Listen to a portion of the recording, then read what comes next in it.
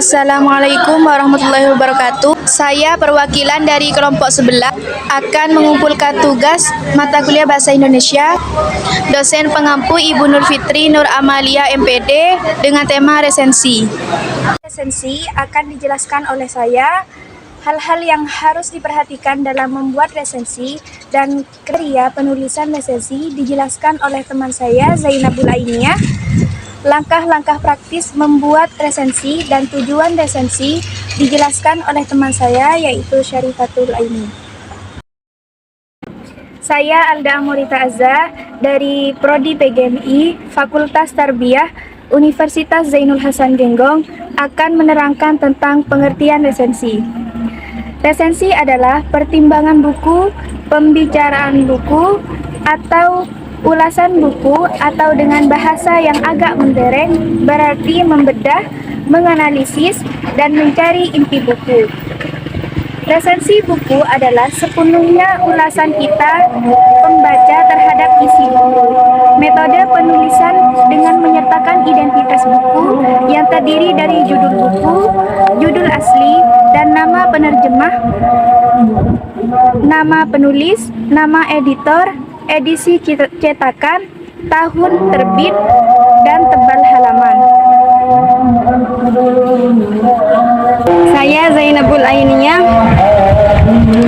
Prodi PGMI Universitas Islam Zainul Hasan Genggong, akan menjelaskan tentang hal-hal yang harus diperhatikan dalam membuat resensi. 1. Bahasa yang digunakan harus jelas, tegas, tajam, akurat. 2. Pilihan kata yang digunakan harus baik, tepat, dan tidak konotatif. 3. Format dan isi resensi harus disesuaikan dengan kompetensi, minat, dan motivasi pembaca. 4. Objektif, seimbang, dan proporsional dalam menyampaikan timbangan terhadap buku atau hasil karya. Kriteria penulisan resensi: 1. Judul resensi. 2. Identitas buku. 3. Pendahuluan resensi. 4. Isi pernyataan. 5. Penutup. Saya Rifatul Aini, Prodi PGMI Fakultas Tarbiyah Universitas Islam Zainul Hasan Genggong. Saya di sini akan menjelaskan langkah-langkah praktis menurut Suwandi yang dapat digunakan membuat sebuah resensi buku. Yang pertama yaitu penjajakan atau pengenalan buku terhadap identitas buku yang akan diresensi. Nah, pengenalan buku bertujuan untuk mengetahui hal-hal seperti tema buku yang akan diresensi, siapa pengarang buku tersebut, dan siapa yang menerbitkan, kapan dan di mana diterbitkan. Tebal dan jumlah halaman itu juga penting ketika kita meresensi buku. Format hingga harga, serta mengetahui penggolongan bidang kajian buku itu seperti ekonomi, teknik, politik, pendidikan, psikologi, sosiologi, filsafat, bahasa sastra, atau lainnya. Yang kedua, pengembangan peta permasalahan dalam buku yang dengan tepat dan akurat.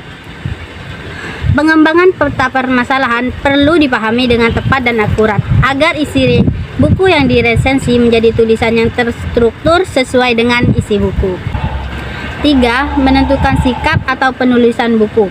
Nah, penulisan resensi harus memperhatikan hal-hal seperti organisasi atau kerangka penulisan, isi pernyataan. Isi pernyataan itu seperti bagaimana bobot idenya, seberapa kuat analisisnya, kelengkapan penyajian datanya, dan kreativitas pemikirannya. Yang harus diperhatikan juga bahasa dan aspek teknis. Yang keempat, berevisi atau mengoreksi resensi. Penulisan resensi sebaiknya mengoreksi ulang hasil resensi dan menggunakan dasar-dasar dan kriteria-kriteria yang telah ditentukan sebelumnya. Sebuah tulisan atau kerangka setelah selesai ditulis harus dikoreksi kembali untuk mengetahui kesalahan dalam kerangka tersebut dan kemudian diperbaiki kembali. Meresensi buku memiliki tujuan memberikan informasi atau pemahaman yang komprehensif mendalam tentang apa yang tampak dan terungkap dalam suatu karya. Berikan gambaran kepada masyarakat apakah buku itu layak untuk dibaca atau tidak. Sekian penjelasan dari kelompok 11, semoga bermanfaat dan bisa dipahami.